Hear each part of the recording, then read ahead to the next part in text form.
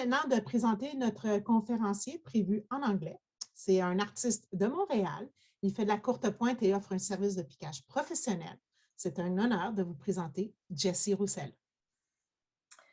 It's time to introduce our English speaker, a young man from Montreal. He's a quilter and a long-arm quilter. It's my pleasure to present Jessie Roussel. Please go ahead. Hello, everyone. I don't know if you can, oh, there we go. Hi. Hello. As they were saying, my name is Jessie Roussel. I am a long arm quilter, ta-da, based on the South Shore of Montreal. I have been quilting since about 2017, though I started sewing at the age of 7. Just something that my grandmother decided one day, hey, he's a little too energetic. Let's sit him in front of a machine and get him to do stuff. And since then, it's been kind of my calm place. As my shirt says, I quilt so I don't kill people. Let's see how I got started. I've got little notes underneath the camera so I don't go too long. I got started in quilting. Again, I'd been sewing since I was 7, and the first quilt that I had made was for my brother-in-law when he announced that he was expecting a child. And I figured, well, you know, I've sewn clothes and costumes and bags. So what's a couple straight lines? That was my first mistake. And so with that very, very small quilt came a lot of learning. And I very quickly realized that sewing on a domestic machine was not something that I liked to do, or quilting rather on a domestic machine was not something that I liked to do, owing to the fact that I am 6 foot and most of my height is in my torso. So sitting for long periods of time, pushing and pulling a quilt through the frame, not the best idea, as opposed to when I can move in a machine that's 50 pounds with a finger. It makes it a lot easier. From that first quilt, I started, you know, it was straight lines, strip piecing, a jelly roll quilt, so really, really easy for a beginner. And then in my brain was like, yeah, that's fine, I can do that. And then immediately jumped into a king size quilt with half square triangles and Dresden plates and applique, and just figured, hey, why not take the plunge? That was the quilt that cemented no longer quilting on my long arm for me. I did it and did not want to do it anymore after that. And yeah, since then it's been a learning experience, a growing experience. Lucy has taught me many things and I will continue to learn. And yeah, I've got what it's like to be a long armor. For me personally, just being on social media is a constant barrage of all the new and pretty things that I can never have time to do on my own. So being a long arm quilter helps kind of appease that itch of, oh, I want to quilt all the things and I want to make all the things and I want to do so many things and never have the time to do it all. We never have enough time. And so being able to quilt quilts for other people helps me at least scratch a little bit of that itch and look at all the pretty things without having to invest all the time in making them. It's one of the fun things that I like to see, because I know my own style is very eclectic, very modern, as you can see by the Libs Elliott behind me. But at the same time, I love looking at all of the more traditional quilts and all of the first quilts and the where the sentiment's coming from, how things are, what the thought process behind it all is, what people think about. And it's just fun. I don't know, this is going by much quicker than I thought it would. Some general tips I was asked to provide when sending a quilt to a long armor. For me, this is just my basic how-to. Another long armor may do it differently. We all have our specifics that we request. For me, I'm pretty laissez-faire when it comes to, do you need to pre-wash your fabric? Do you need to make sure that your backing is ironed, or is piecing a backing bad? Or I've gotten a lot of different questions about that. And for me, it's just, as long as it's relatively square, it's pieced properly. For the top, make sure that if you have, say, a white or a very, very light fabric next to a very, very dark fabric, make sure to take the time to trim those little extra threads, because they could show through. It's something that, yes, I do take the time while I'm quilting them, but sometimes I will get so in the zone that it may slip past me. So working in partnership with the piecer is very nice to be able to work with that. Some of the more basic needs, I guess, your backing will always need to be at least 4 inches bigger all the way around. So 8 inches widthwise and 8 inches lengthwise. This allows the long armor to attach it to the frame however they do, without having to worry that they have enough to get their machine into the actual quiltable space. Our machines are, for the most part, industrial. Their needles are larger, their throat spaces are larger. Lucy here is a 26-inch throat. And with that comes certain restrictions. I can't get into an 1.5-inch border if all you have is that inch around the exterior for your backing. It makes it very, very tight, and may sometimes end up, if, say, you bought it from a store and they cut it slightly crooked and you only gave me an inch extra, all depending on how that curve is, we may not have enough, or it may end up running underneath your quilt top, and then bad things happen. That is one of my main important things. Batting, dealer's choice. I sell some here. You can supply your own. Again, I just request that it's relatively the same size as the backing. Again, so that we know that there's enough excess around your quilt top to ensure that there is plenty should there need to be. Jessie, excuse me, Oui, Jessie, yes. Joyce, can I interrupt you? Go ahead. First of all, what's the cat's name? Oh, yes, this is Sally. She is very vocal. Hey, Sally. Oh my gosh. Okay, a black cat. Whoa. Okay. I have a black and white one as well, but he's hiding somewhere. Okay, I have some questions for you. Go First, ahead. I mean, you mentioned that you can provide batting. Yes. Do you also, I'm a hand quilter in general. I very seldom have anything to do with long arm quilters, so I'm interested. Do you provide all the thread, and who chooses the colors? I do have a very decent selection of thread. For that, I do know, at least in the States, a lot of long arm quilters will actually charge for thread. I find that kind of silly, honestly. So I include it in my pricing, my base pricing. Generally, when you send a quilt to me, I have what I call an intake form. And it's basically just like a small list of questions. And one of them is thread. Are you providing your own? Do you want me to choose it? Do you want us to choose together?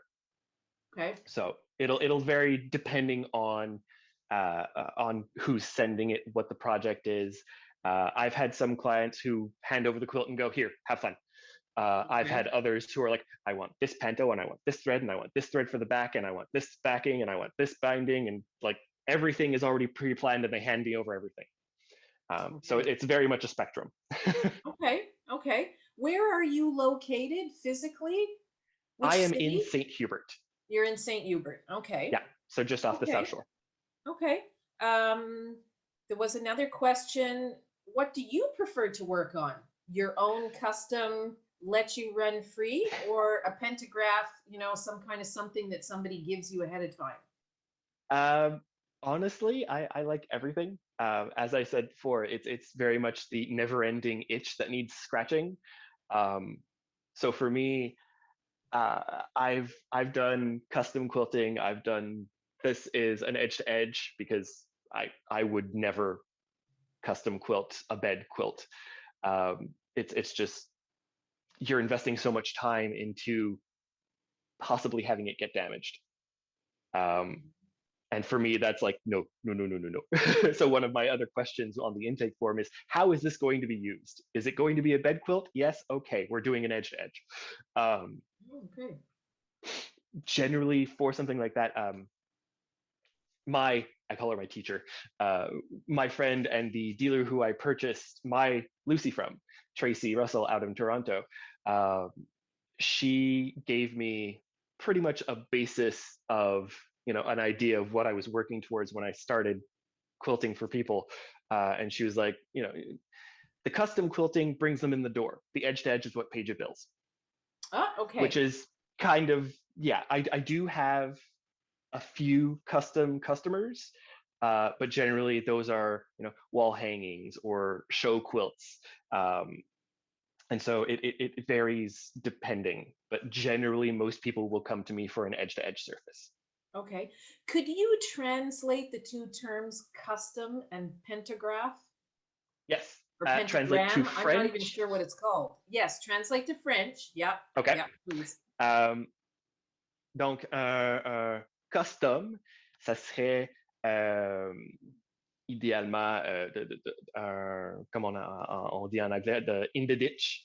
I have samples. Haha. Custom, c'est personnalisé en français. Oui. C'est beaucoup, beaucoup de travail. Oui. Oui. Okay. This is all custom quilt.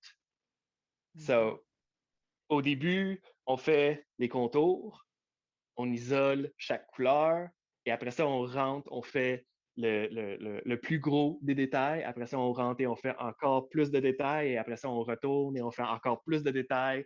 C'est beaucoup de temps. Comparativement à un pantographe, or a pantograph, which is the edge to edge, which is the same design repeated over and over and over again, top to bottom, left to right. So it covers the entire quilt. Explain that in French, please. OK. Un pantographe, essentiellement, c'est un patron, j'en ai un ici, haha, la plupart du temps, qui va être en papier. Most of the time, a pantograph will be on paper. I do not run a computer system, so it is me doing all of the work. C'est moi qui fais tout le travail. J'ai pas d'ordinateur ou quoi que ce soit. Donc, un pantographe, c'est comme ça ici, qui a un patron sur le papier qui se répète tout le long. Et ça va être le même patron. D'un bord à l'autre. D'un bord à l'autre, de haut en bas. Donc, il est fait normalement en rangée. Et donc, on répète les rangées, on répète les rangées.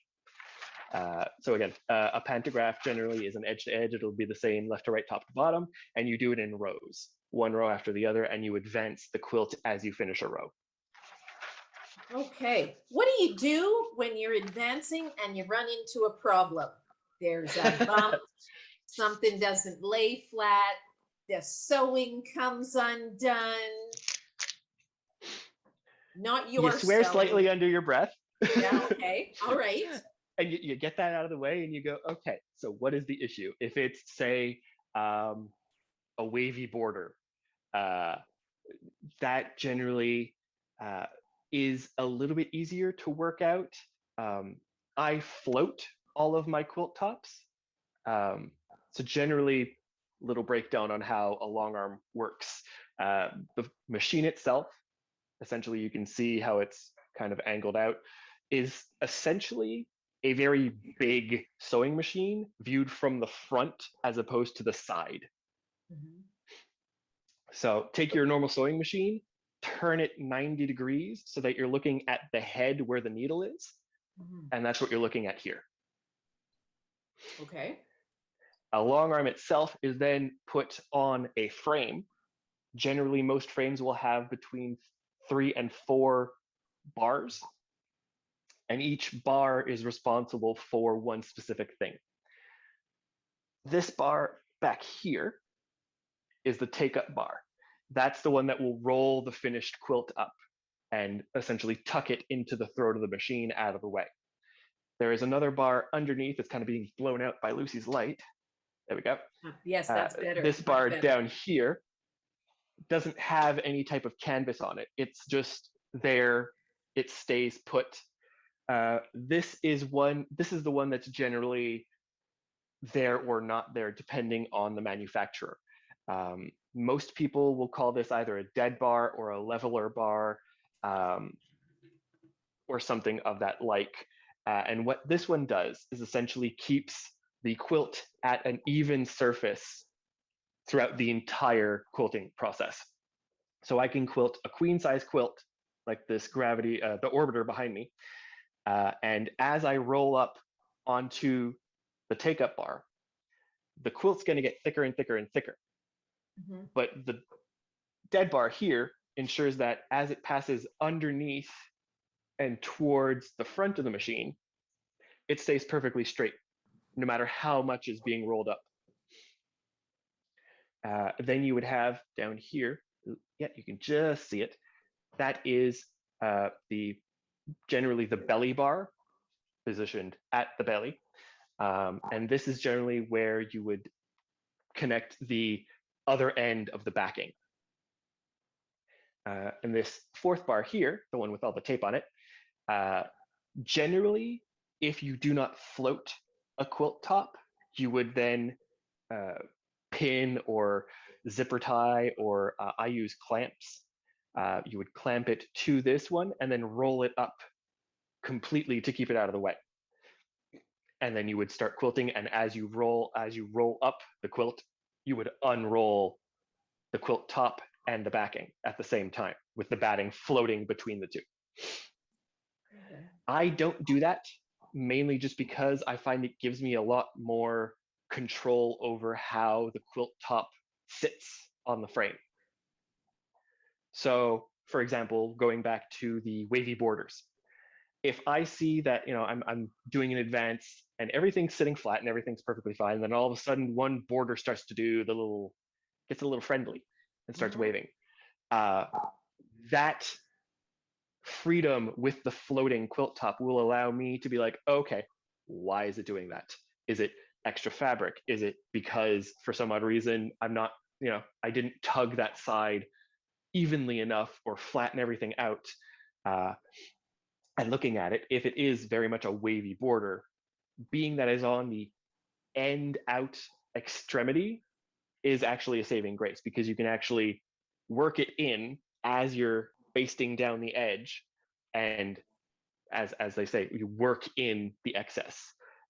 Guarantee, and as I've told a couple clients, you can work in a certain amount of excess, but if there's like a 2-inch buckle, there is no way I can fix that. That is rip out the seam, restitch it, and then cut off the excess. You do that, or you send it back to the maker? I send it back to the client. Okay. That is not something I did it once, and unfortunately the customer, even after he gave me the okay, came back to me afterwards and was like, oh, you chopped off too much, now it doesn't sit square. And I'm like, cool, I'm not doing that anymore. Right. Live and learn. But yeah, generally Sorry, if there is ever, not a problem, if there is ever any type of issue, I will take a picture of it, send it directly to the client, and be like, hey, here's what's just popped up. What would you like to do? I can either pull it off the frame, I can fix it, I can tack it down, I can indicate where it is with like a little bow of thread or something, and you can fix it. I can leave it be, or I can just quilt over it and we'll hope it stays. What is your decision? Right. And at least at that point, I have concrete evidence of, we had this discussion, this is what you authorized me to do. Yep. How long on average does it take to do a pentagraph or pentagram? What's it called? Pantograph. Pantograph. How long does it take you to do a queen size quilt? About? It depends on the density of the pantograph pattern itself. True. I don't actually have any on, hold up. I'm going to Well, the dive one under you my frame for a showed second. us, the leaves. You showed us leaves or something? Yes. So generally for a queen size, I've got so many. Yeah, we'll pull that one back out. So say for a pantograph like this, Yeah, well, it's kind pretty, of like leaves, whatever. yeah. So if we're using this specific pantograph for a queen size quilt that is, say, 100 by 100 inches square. Yep. Because it is decently loose, there isn't as much thread going in. I don't have to do multiple passes in one specific area. It's very linear. I will move clear across it in relatively quick passes. I could probably get a queen size done in about 4 hours. Wow. Very Guarantee. different from hand quilting. Yes, very different from hand quilting. Very different. Oh, yes. And your favorite type of quilt to do, just your favorite. You know, somebody sends this to you and you go, oh, I love this. I love it. Honestly, that is the hardest question I ever get asked because I'm very much a person of, ooh, this is so pretty. Ooh, this is so pretty. Ooh, this is so pretty. Ooh, it's so pretty. Okay. And so every new one is a new favorite, but the old ones don't lose. Honestly, I think I don't know, the one that I had, I guess, the most fun quilting was one of my long-term customers. She had brought me a quilt top, and she's like, hey, I just found this. It was, you know, hidden at the bottom of a closet for I don't know how long. Make me an estimate for how much it would cost. I'm like, okay.